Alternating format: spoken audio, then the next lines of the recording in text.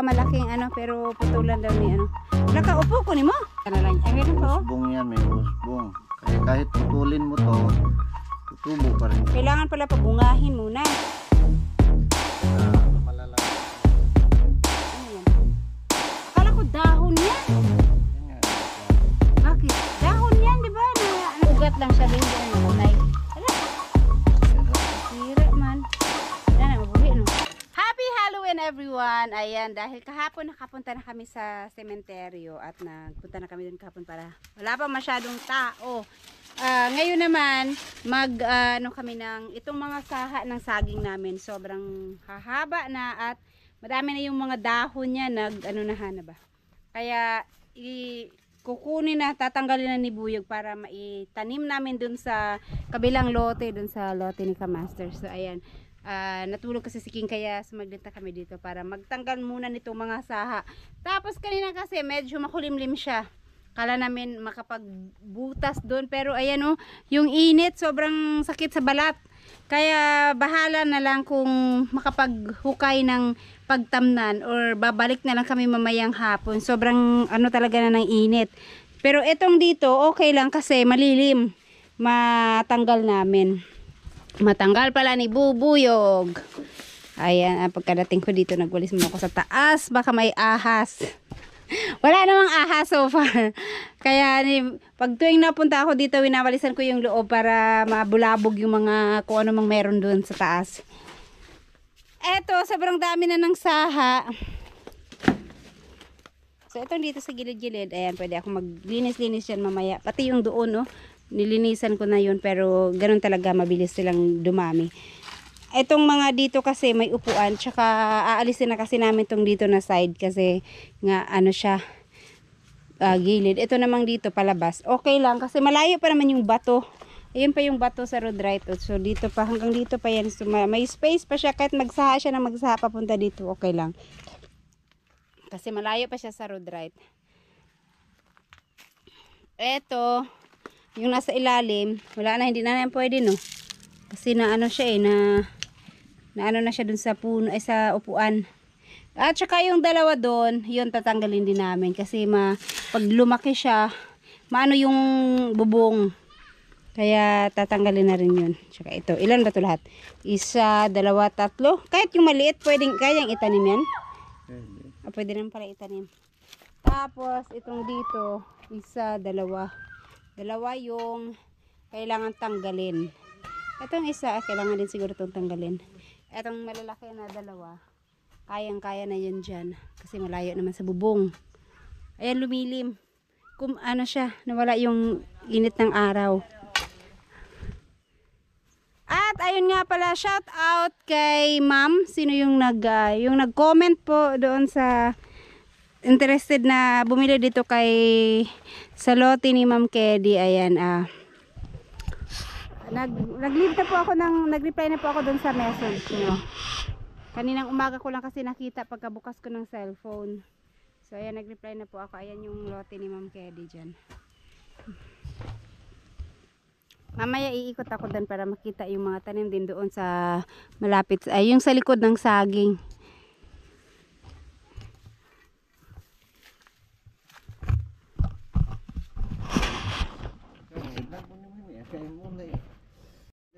Oh, tanggalan na rin yan para maano na. At ayan nga pala, ito yung pinagawa namin dun sa kasamahan ni Tatsuki, yang tagad. Ano ba yung Tagalog dun? May comment dun kung anong tawag dun sa kanila. Basta ayan, at least hindi na kami mahirapan mag-isip kung saan makahiram ng ganyan. Wala kasi kaming ganyan. Kaya nagpagawa na kami para pag kailangan hindi na mahirapang maghanap ng mahiraman. Kasi kung minsan ginagamit din nila. At saka bibihira ang mayroong ganito Kaya mahirap makahanap ng mahiraman. Sila Nunoy Marilo yata, mayroon no? Saan ba tayo nakahiram noon be? Sila Nunoy Marilo? Sila Nunoy Marilo. Kahiram kami. Pero syempre, trabahong bukid din lagi sila Nunoy. Kaya lagi din nilang ginagamit.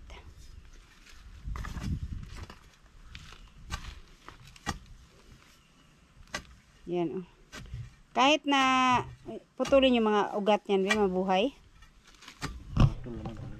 Sanay naman si Buyog sa bukid. Kasi kung bukid yung sa amin, mas bukid yung sa kanila. Kung bukid yung dito, kung probinsya yung dito sa amin, mas probinsya yung kila Buyog. Kaya sanay sa gawaing bukid si Buyog. Ang produkto din sa amin, saging, Saging. palay, mais. Pero paano kayo nagpapalay doon? Ang ano doon, bundok yung sa kanila. Alam nyo guys, yung sa kanila ni Buyog ay bundok. Pagkagaling namin sa Tugigaraw, parang paakyat ka pa ng bundok pa yung aakyatin mo. Tapos bangin-bangin nga yung nadadaanan namin eh. Kaya excited na kaming umuwi doon. Sana hopefully next year makauwi din. Ano to ngayong year? Ngayong year, December na. Saktong-sakto naman. Medyo na si King. Ang hirap pang isama ngayon ni King kasi ang liit pa, tapos ang likot pa ni King sobra. Kaya by next year 3 years old na si King, sana naman medyo maisip na. Patay na. Matay mo na. Sayang na sa ilalim ng hindi na kaya no. So ito pag nagbunga, magpatubo pa kada dili na. Hindi na no. Pero maganda din may diyan eh kasi nakakadagdag siya ng lamig. Ito, pwede pa to. Pwede pa yan dyan. Malayo pa naman sa bato. Palabas. Palabas yung niya. Kasi yung pag dito may malamig siya eh pag may mga dahon-dahon na nakaharang. Kagaya ngayon na sobrang init. Laking tulong yung mga talaga, lilim ng mga dahon.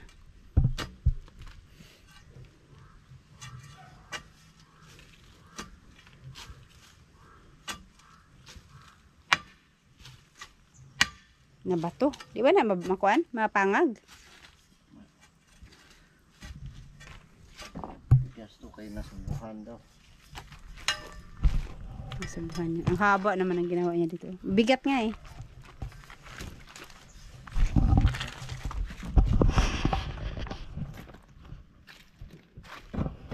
Mahirap lang siyang tanggalin kasi nasa ilalim na.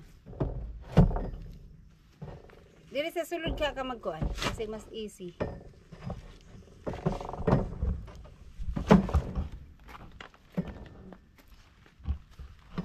Kasi sayang yung isang saha eh.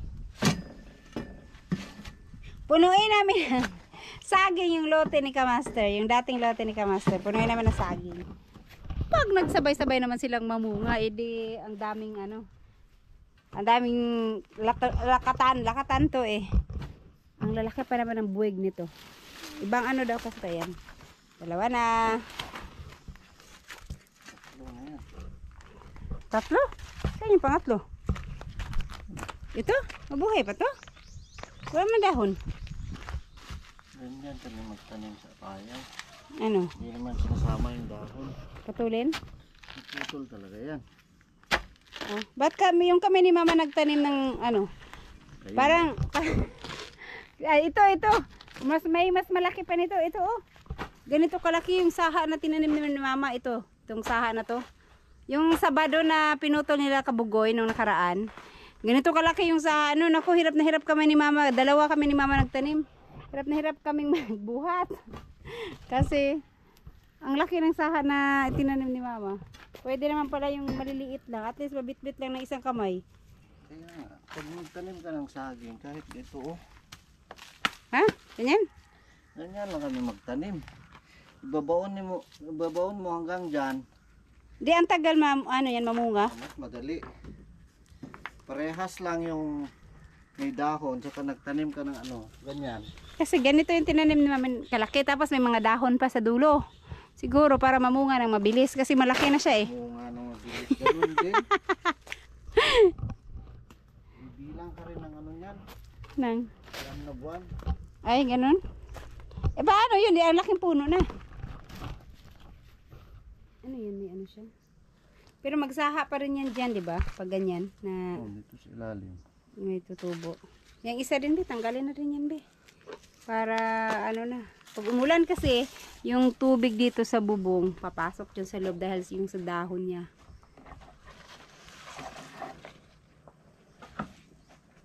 Papayat dito kasi malilim na. Ay, ganun. Dapat maarawan. Na mo, lilit. Ito. Pwede pa to. Yan, pwede na rin yan. Tanggalin na rin yan. Awan sama, tanggalin mo yan, hindi. Ano siguro to? Huwag na. Wala nang susunod eh. Oo nga, yan. Ay, ito, kasunod niya. Itong isa. Liit pa. Pwede rin hindi na yun kasi malayo sa ano. Malayo sa bubong.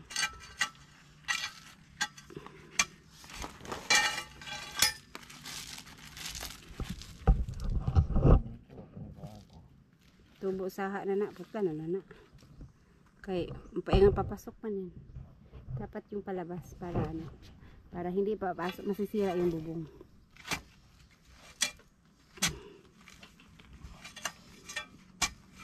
Ang dami nga nag-ano sa akin ng saha ng lakatan nang hingi. Kasi nga nakita nila yung bunga na ang lalaki. Kako naman, magtanim muna kami. Tapos pagka magsaha na uli yung bagong tanim, mamigay kami ng saha. Kasi kukunti pa lang naman yung saha. Ilang saha pa lang ang meron. Kaya para mapadami muna namin, tanim muna namin. Tsaka na lang namin bibigyan pagka ano na. May magsaha na. Kasi itong saha na to, binili namin dun sa dating tenant dito. Sila yung bantay dito. Mayroon silang area na, syempre pagka bukid, halos lahat nagtatanim ng mga, ng mga saging. Marami siyang ganyan, mga saha. Binili niya, ano ba to? Pagkano yun? 50 pesos ba isa? 20. Basta binili niya yun. Binili ni mama ilang puno. Ito yung tinanim niya dito. So ayan na nga. Naka-harvest na kami sa mga tinanim namin. Parang kailan lang, no?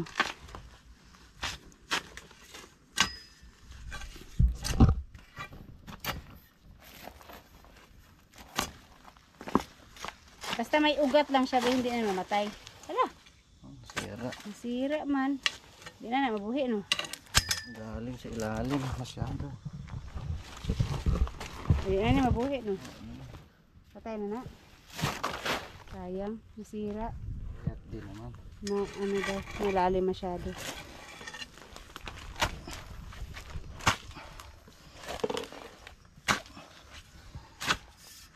Kasi nga tumba na ng saging, de. Lira. Ito ang tanggalin kasi may tutubo pa rin dito.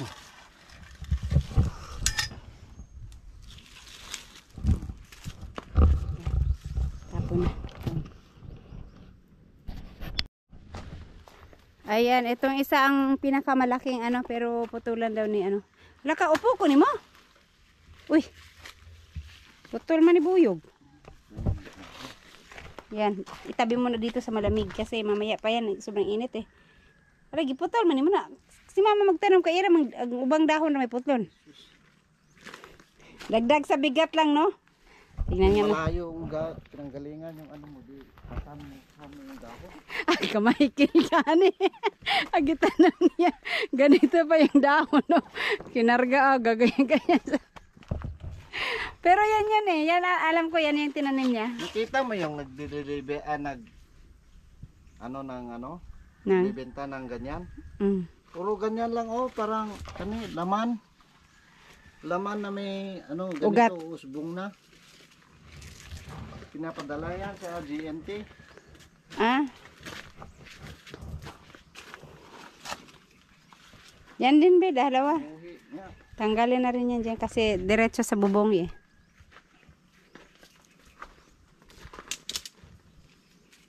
Ito yung mga ganito na may tutubo. Ito, mabubuhay yan. Pero ito wala na to. Yan, tanggal na yan eh. Biyak na yan. Lata. Uy, Ito oh. bibira naman. Ayan. Isa na lang. Ay, May meron pa oh. usbong yan, may usbong. Kaya kahit putulin mo to, tutubo pa rin to. Meron din yan. Mhm. Butanin natin doon.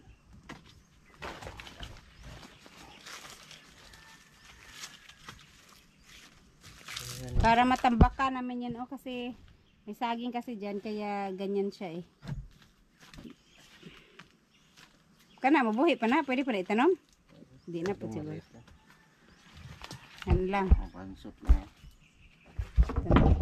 Maganda sana kung dito siya banda tumubuo kasi ano harang sa araw. Kaso lang nandiyan talaga siya sa taas ng ano ay sa tapat ng bubong.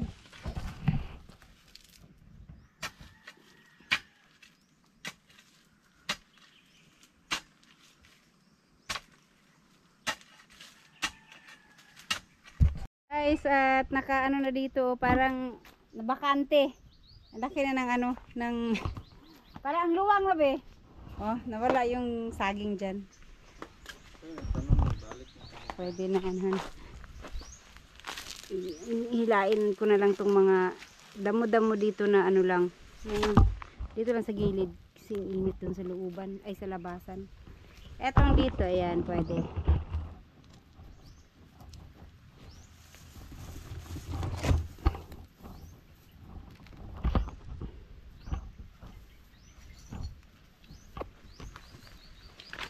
Tanim tayo ng saging para mayroong aanihin.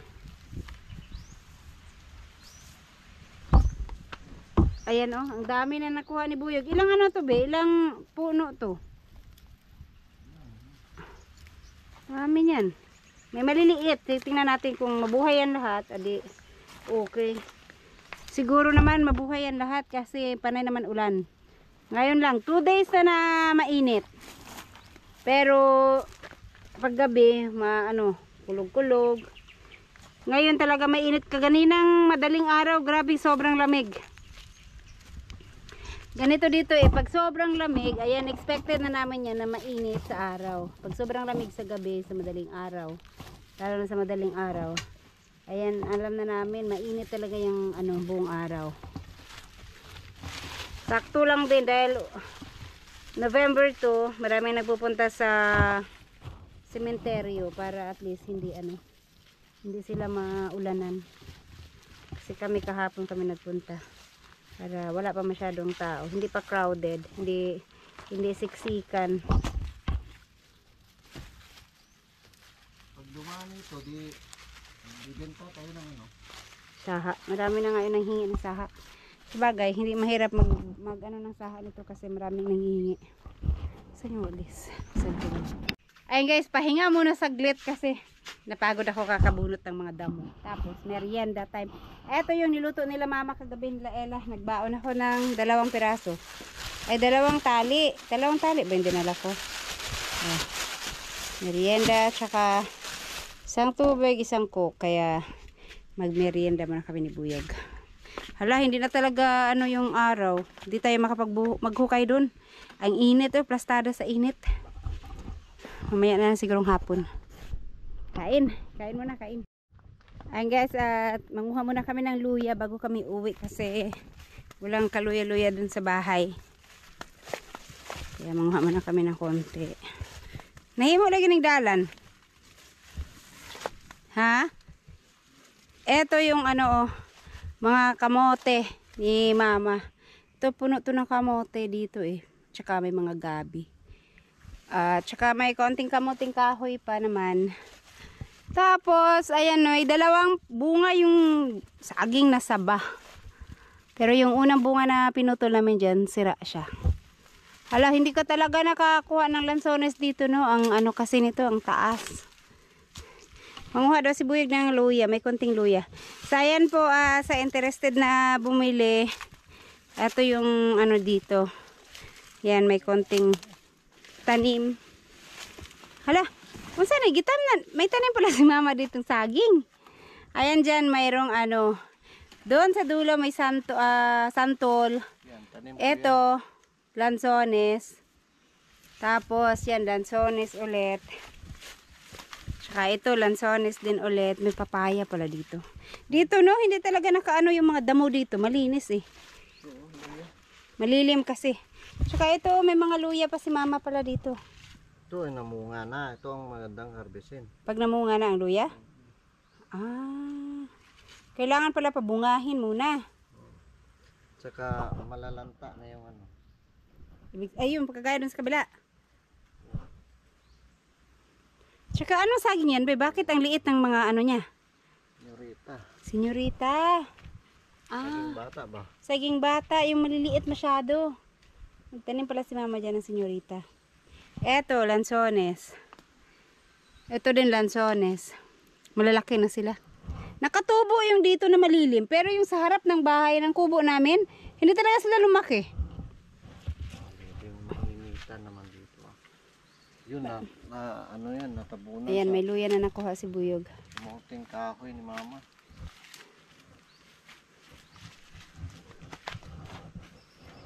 Hindi natin to kasi kunin pa ng ano to. Ng bypassers. Bypassers.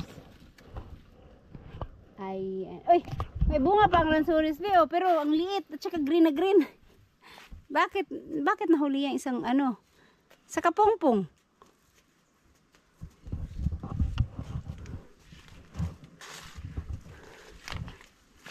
Ayan, hanggang dito, hanggang doon naman doon sa kabilang bakod. Tsaka dyan banda, may mga ano dyan, may mga, ayun nga, rambutan, doon pala. Rambutan, santol, mga kalamansi. So, ito muna yung kukunin namin ngayon. Ay, nagtanim pala sila JR dito ng ano, kamuting kahoy. O, kaya nilinis nila. Ang daming ano, kamuting kahoy. Tinamnan nila ng kamuting kahoy.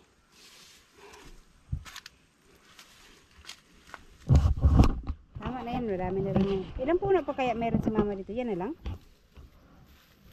Alam ko meron pa mga konti-konti yung mga naiwan noon na hindi niya hinarvest kasi ang liliit pa. So ayan na rin, may nadala na kaming ano, luya. Andun pa, tsaka na yan. Kasi yung ano lang naman panggamit. Meron pa nga doon.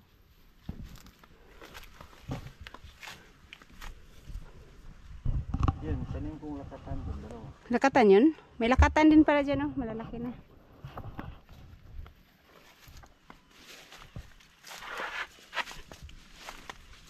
Ano bang tawag dyan sa kahoy na yan ba yung malalapat ang dahon? Ang bilis nilang dumami. Bunga daw. Binunga, ay yung inano ng ibo, no? Pero ang lambot naman na ano yan, kahoy. Ang bilis lang putulin. Panggatong lang daw. Palagi dito si Kabugoy nung bagong dating siya. Kasi may mga lansones pa dyan. Inaabangan niya yung mga ibo na kumakain ng bunga. Ano sila ba? Nagbe-bird hunting sila. Paniki. Paniki.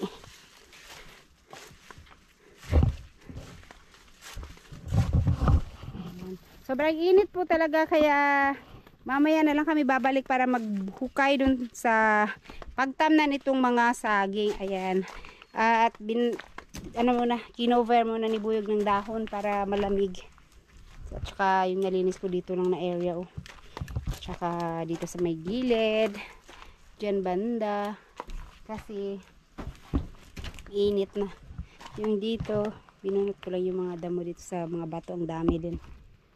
Saka dito lang banda. At least, may ano naman. Init kasi sa iba. Asan na yun ko muna. Ayan, babalik kami mamaya guys. Ayan lang. At saka uuwi na kami pagkatapos. Lang ni Buyog yung ano, kalamansi. Asan yung higad? Nakikita siyang higad. Ano yan? Akala ko dahon yan. Yan nga, ang delikado. Bakit? Dahon yan, di ba? Na, ano lang, para nagka-molds. Pag nakain ng kalabaw mo yan, sus patay ang kalabaw niya. Ito? Bakit mamatay? Mapdi nga ano yan. Subukan mo daw. Ikaw, Pahay mo, balat mo. mauna ka. Sunod ako. Igad yan oh. Yan mo. Diba dahon yan? Mukha naman siyang dahon. Dahon man yan, be. Igad. Dahon, lagi. Tingnan mo, oh. Ay. Kinain niya yung dahon. Kinain niya yung dahon. Para siyang dahon din.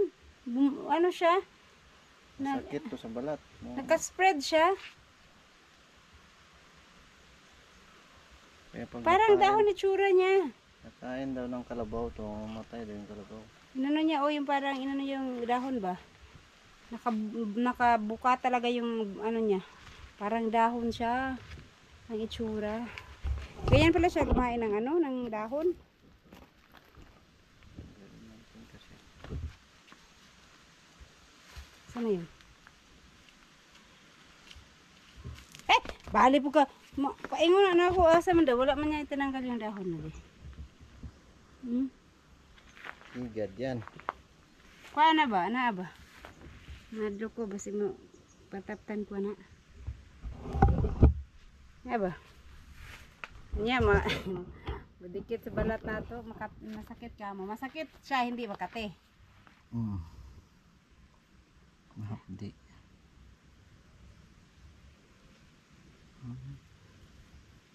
Nakain siya ng dahon.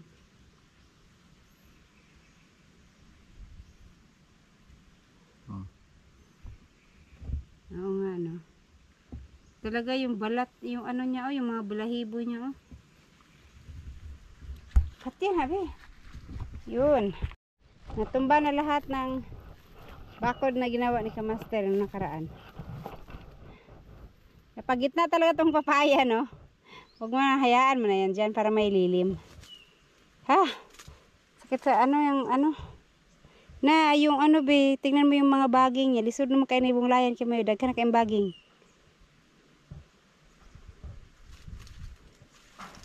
No?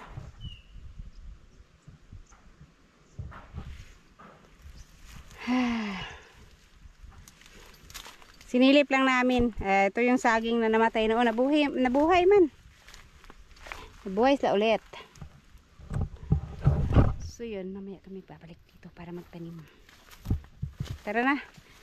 Pauwi na sana kami, sabi ni Boy, silipin na namin. Baka titignan niya kung ano yung kailangan na ano. Ayan, shout out ka maning. Ayang lote ay kagaya na rin sa amin. Marami na rin balahibo. Ito ang lote ni Kamuning. Natumba na yung mga interling. Nung umuwi sa Kamuning, pinalinisan yan. Pero tignan mo naman yan. Oh. Kahit yung dyan, dami na rin. Kanino pa yung lote ito? Hindi pa ito pinalinis. Kahit ano, minsan. Etong dito, katabi ng lote ni Ma'am Jo. Ito, yung hinarvest namin na mais. So, ayan. Ayan, ito Sug na kayo na masiga ba? Alam na ni Mama ito ng kamote Ay, kamote, mais. Kahit yung dito Mawamali sa sweet corn. Yellow corn pala.